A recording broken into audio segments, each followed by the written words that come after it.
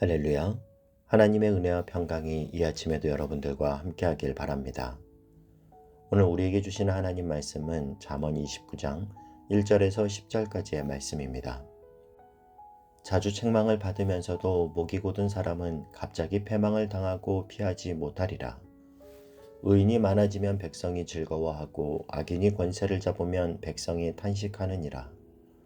지혜를 사모하는 자는 아비를 즐겁게 하여도 창기와 사귀는 자는 재물을 잃느니라.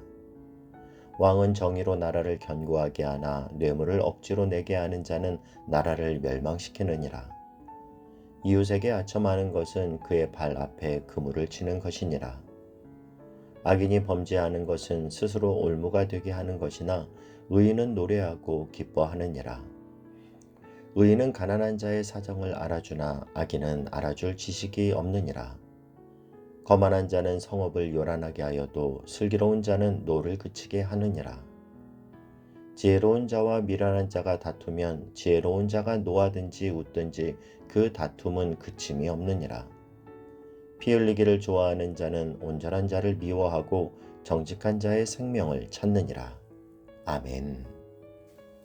우리가 계속해서 잠언에서 살펴본 것처럼 오늘 우리가 읽은 말씀도 의인과 악인의 삶을 비교하며 우리에게 교훈을 주고 있습니다. 오늘 이 아침 하나님의 말씀을 통해서 하나님이 기뻐하시는 의인의 삶이란 어떤 삶일지 깨닫고 결단하는 복된 시간이 될 수 있기를 바랍니다. 먼저 1절 말씀을 보면요. 자주 책망을 받으면서도 목이 곧은 사람은 갑자기 패망을 당하고 피하지 못하리라.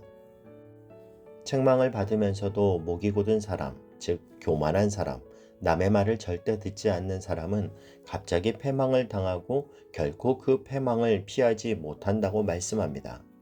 여러분, 지혜란 무엇입니까? 패망에 이르기 전에 하나님께 책망을 받는 것이 오히려 자신에게는 기회요, 은혜임을 깨닫는 것이 바로 지혜입니다. 그래서 우리는 말씀을 대할 때 어떤 말씀이 주어지든 그것이 자신에게 주시는 하나님의 말씀으로 받아야 합니다.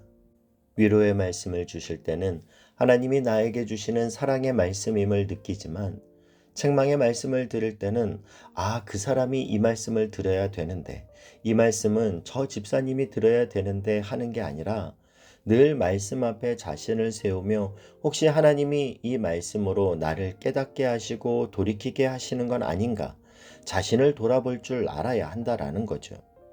그렇지 않으면 갑자기 패망을 당하고 결코 피하지 못한다라는 거예요. 우리가 워터파크 같은 데 가면 한가운데 굉장히 큰 물 항아리 같은 게 있는데요. 거기에 계속 물이 담겨지다가 물이 차고 넘쳐서 뒤집어지면 물벼락이 쏟아지죠. 여러분, 하나님의 즉각적인 심판이 없다고 괜찮은 게 아닙니다.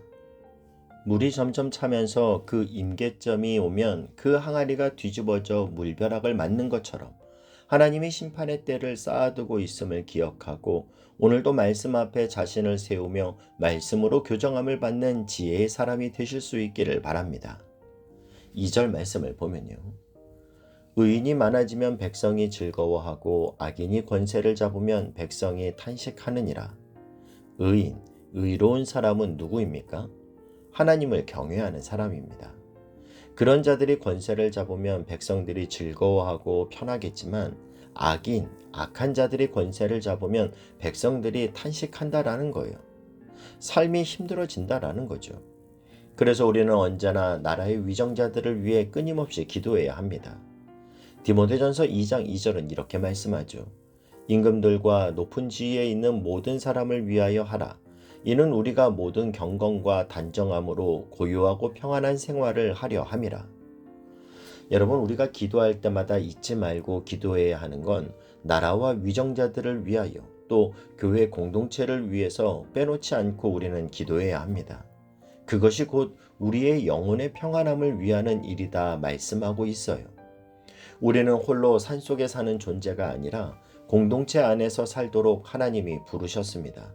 그 안에서 리더들을 위해 기도하는 건 곧 나를 위한 것임을 기억하고 오늘도 하나님이 허락하신 나의 리더들을 위해 기도하는 저와 여러분이 될 수 있기를 바랍니다. 5절 6절 말씀을 보면요. 이웃에게 아첨하는 것은 그의 발 앞에 그물을 치는 것이니라.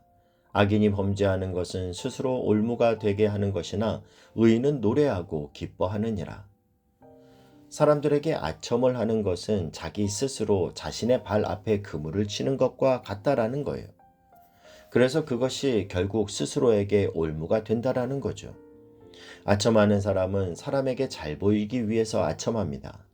여러분, 그리스도인은 어떤 사람입니까? 갈라디아서 1장 10절에서 바울은 이렇게 말합니다.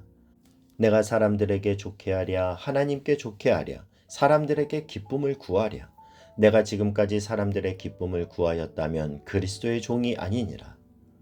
우리는 함께 있는 사람들을 의식할 줄 알아야 합니다. 그러나 사람만 의식하느라 위에 계신 하나님을 잊어버리면 안 됩니다.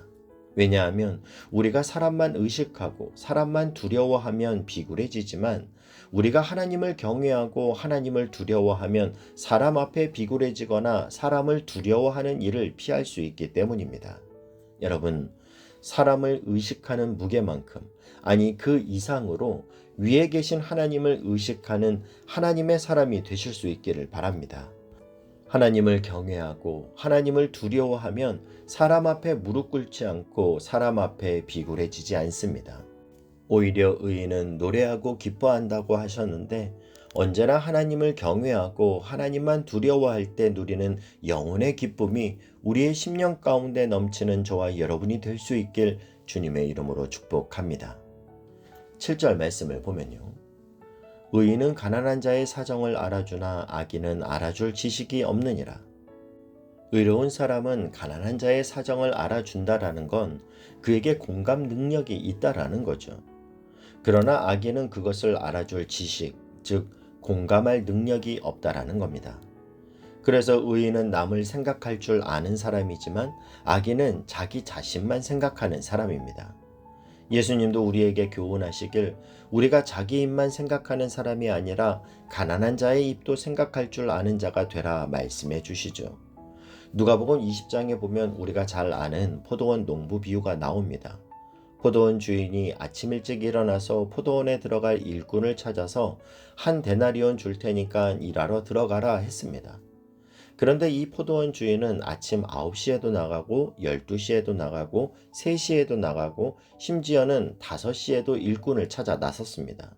그리고 일은 6시에 끝났습니다. 여러분, 아침 일찍 나가고 9시, 12시에 나갈 때까지는 포도원에 일이 많은가 보다 이렇게 생각할 수 있는데 3시에도 5시에도 나가는 걸 보면 이 사람은 자기 포도원만 생각하는 사람이 아니구나 하는 걸 느끼게 되죠. 이 포도원 주인은 자신의 포도원을 위해 일할 사람을 찾기 위해 나가는 것이 아니라 일꾼 때문에 나가는 겁니다. 일자리를 구하지 못해서 오늘 빈손 들고 집에 돌아가는 사람이 자꾸 마음에 걸리는 거예요. 저 사람이 그러면 오늘 굶을 텐데, 집에 있는 애들 굶을 텐데, 이게 불안해서 자꾸 나가서 들여보내고 또 들여보냅니다. 이걸 생각할 줄 아는 사람이 의인이라는 거예요. 하나님은 우리가 자기 자신의 입만 생각하며 사는 사람이 아니라 다른 사람의 입도 생각하며 사는 그런 사람이 되기를 원하십니다. 이 말씀이 오늘 우리에게 주시는 하나님의 음성이 되어 내가 돌아봐야 할 사람은 누가 있는지 살펴보며 하나님의 마음을 흘려보내는 저와 여러분이 될 수 있길 주님의 이름으로 축복합니다. 8절에서 10절까지의 말씀을 보면요. 거만한 자는 성읍을 요란하게 하여도 슬기로운 자는 노를 그치게 하느니라. 지혜로운 자와 미련한 자가 다투면 지혜로운 자가 노하든지 웃든지 그 다툼은 그침이 없느니라. 피 흘리기를 좋아하는 자는 온전한 자를 미워하고 정직한 자의 생명을 찾느니라. 여러분, 하나님이 우리에게 주신 직분은 화평케 하는 직분입니다. 그래서 어려움이 있고 갈등이 있는 곳에 우리가 가면 갈등이 더 부추겨지는 트러블 메이커가 우리의 사명이 아니라 우리의 사명은 피스 메이커임을 기억하시기 바랍니다. 그런데 이 트러블 메이커가 자신의 사명인 것처럼 어디를 가나 갈등을 조장하는 사람이 있습니다. 여러분, 우리의 정체성은 화평케 하는 자, 피스 메이커임을 잊지 마시길 바랍니다. 에밀 디킨슨이 쓴 만약 내가 라는 제목의 시가 있습니다. 만약 내가 한 사람의 가슴앓이를 멈추게 할 수 있다면 나 헛되이 사는 것 아니리. 만약 내가 누군가의 아픔을 쓰다듬어 줄 수 있다면, 혹은 고통 하나를 가라앉힐 수 있다면, 혹은 지쳐 숨이 끊어져 가는 한 마리 울새를 둥지로 되돌아가게 할 수 있다면 나 헛되이 사는 것 아니리. 여러분, 이것이 우리의 기도가 되길 바랍니다. 하나님, 저의 작은 수고를 통해서 누군가의 아픔을 쓰다듬어 주는 일을 하게 하여 주옵소서. 가슴앓이하는 한 사람이라도 나를 통해 그 상한 마음이 어루만져지는 일이 일어나게 하여 주옵소서. 먼저는 여러분이 여러분의 가정에서 피스메이커의 역할을 감당할 수 있기를 바라고, 여러분이 있는 직장에서, 교회에서, 하나님이 허락하신 여러분의 삶의 터전에서 여러분이 있음으로 늘 평화가 선포되고 화평케 되는 일이 일어날 수 있기를 바랍니다. 그래서 오늘도 주님이 부탁하신 화평케 하시는 직분을 감당하여 여러분이 있는 그곳에 하나님의 나라가 이루어지길 주님의 이름으로 축복합니다. 기도하겠습니다.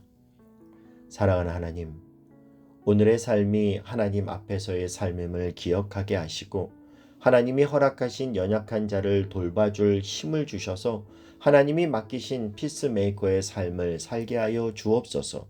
예수님의 이름으로 기도하옵나이다. 아멘.